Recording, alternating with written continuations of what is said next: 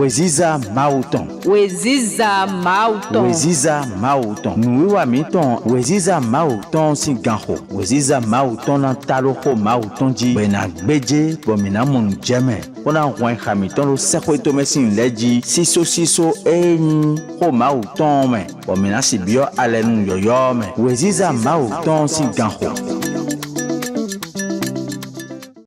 Noa tongo.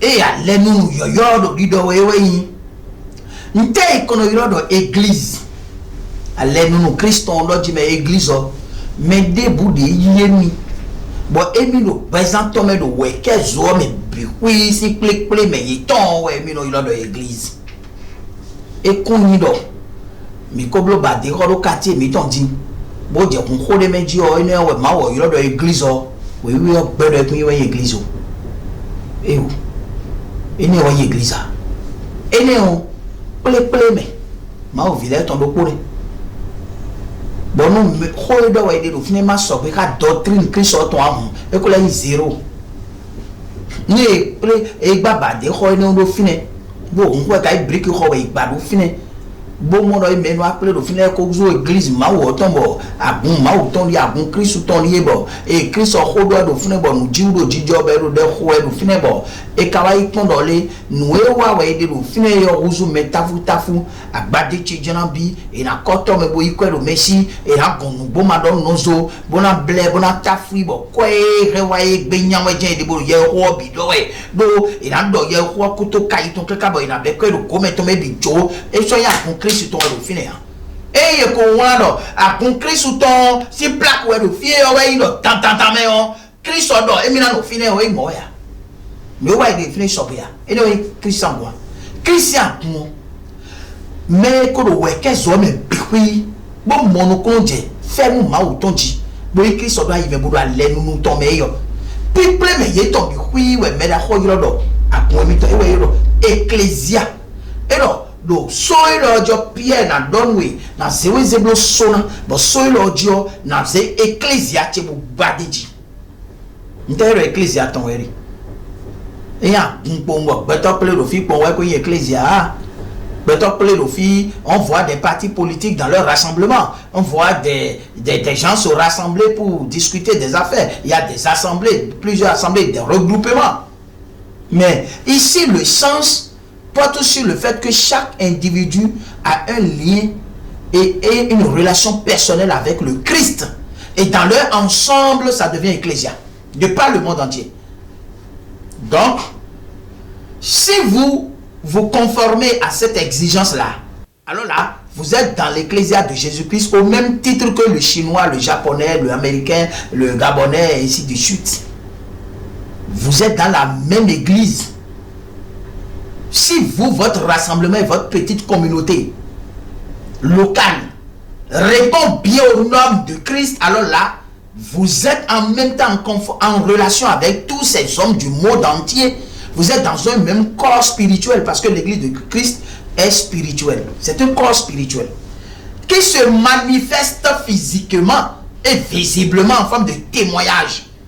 Les gens rendaient témoignage des apôtres, de leur comportement, de leur générosité, de leur libéralité, de la manifestation de la puissance de Dieu dans leur vie. Et ça, c'est le témoignage visible de l'église sur la terre. L'église doit se manifester sur la terre.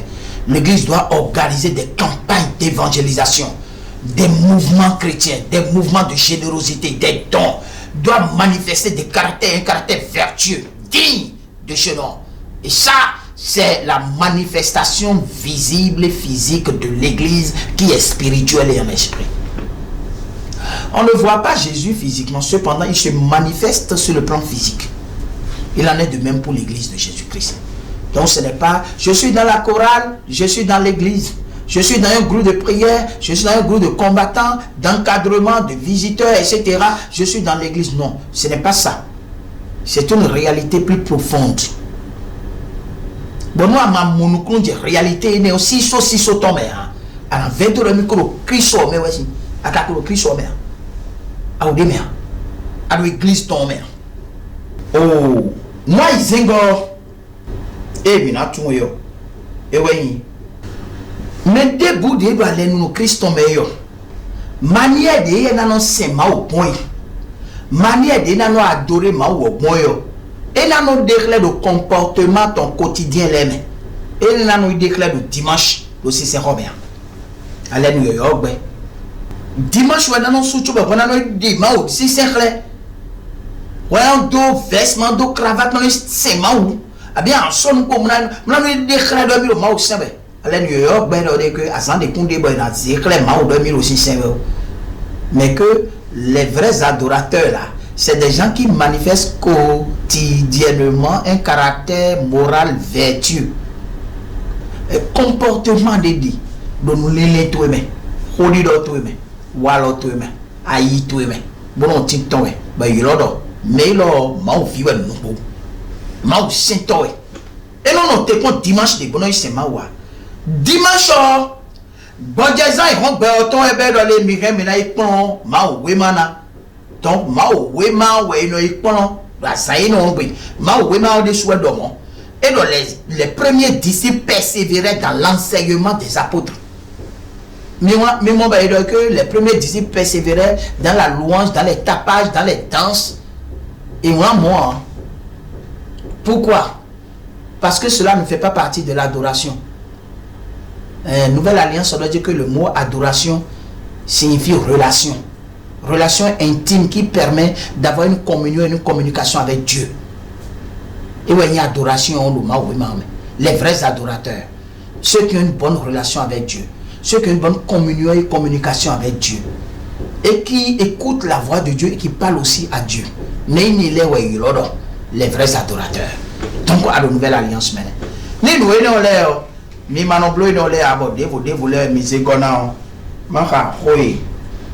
mais c'est d'autres gens et quiconque va plus loin ne demeure pas dans cette doctrine là. C'est-à-dire les ton gona bodo les ouais dans c'est ma ou bon et là qui jo et là lo ji là no ma we ate kwa no me ate kwa ya we no e wa mi do meji an consino meji an ko mushwa là ko mushwa zingri nada do école me kei école de Dieu ouais signé mani et boîte de nuit né mani fie dans la qui jo de école de Dieu fie mi na pon ma ou de ouais puis église mo dimanche de a son beaucoup mbio adjona ikre a choto emedia o medo a choto na mo ya ma wo de so a choi lo bigbo me ba we di de a son no ke to mo e ba we di de a son no agbaza to mo ya bi compétition de bi concurrence mais et ne ka do valeur di ma o gon ça n'a pas de valeur et de valeur ti ma o gon e ou toison no vi lo Christ mais ni mi lo kholo le siwe yo aklo ma wo ni to kan la même ni na me nous comme djenoume Ephésiens 1:18 doit dire que ni tare on doit y kamiton leji bon nous y lo mo da gbe yo ayi kamiton ni fait ça bon ko lo le de se we me de dion ni ba gbesan mi ton lo so oji ni na mi didi ni na mi wanyi nu gbongbo ni na mi nu yo esisi aka ko meton bon nous gbesan christian ton ni bio gbesan mi ton me je se me ni bio gbesan mi ton me didi ni bio gbesan mi ton me bon nous e wa mo mi lo so e na mo me lo le ma o sente nu gbongbo e mi yin bon ko e mi se gbe lesin aliji eni o we na mi joje o mi na mo kigo ma o ton boyi asona je bien ni na do mi to le na desin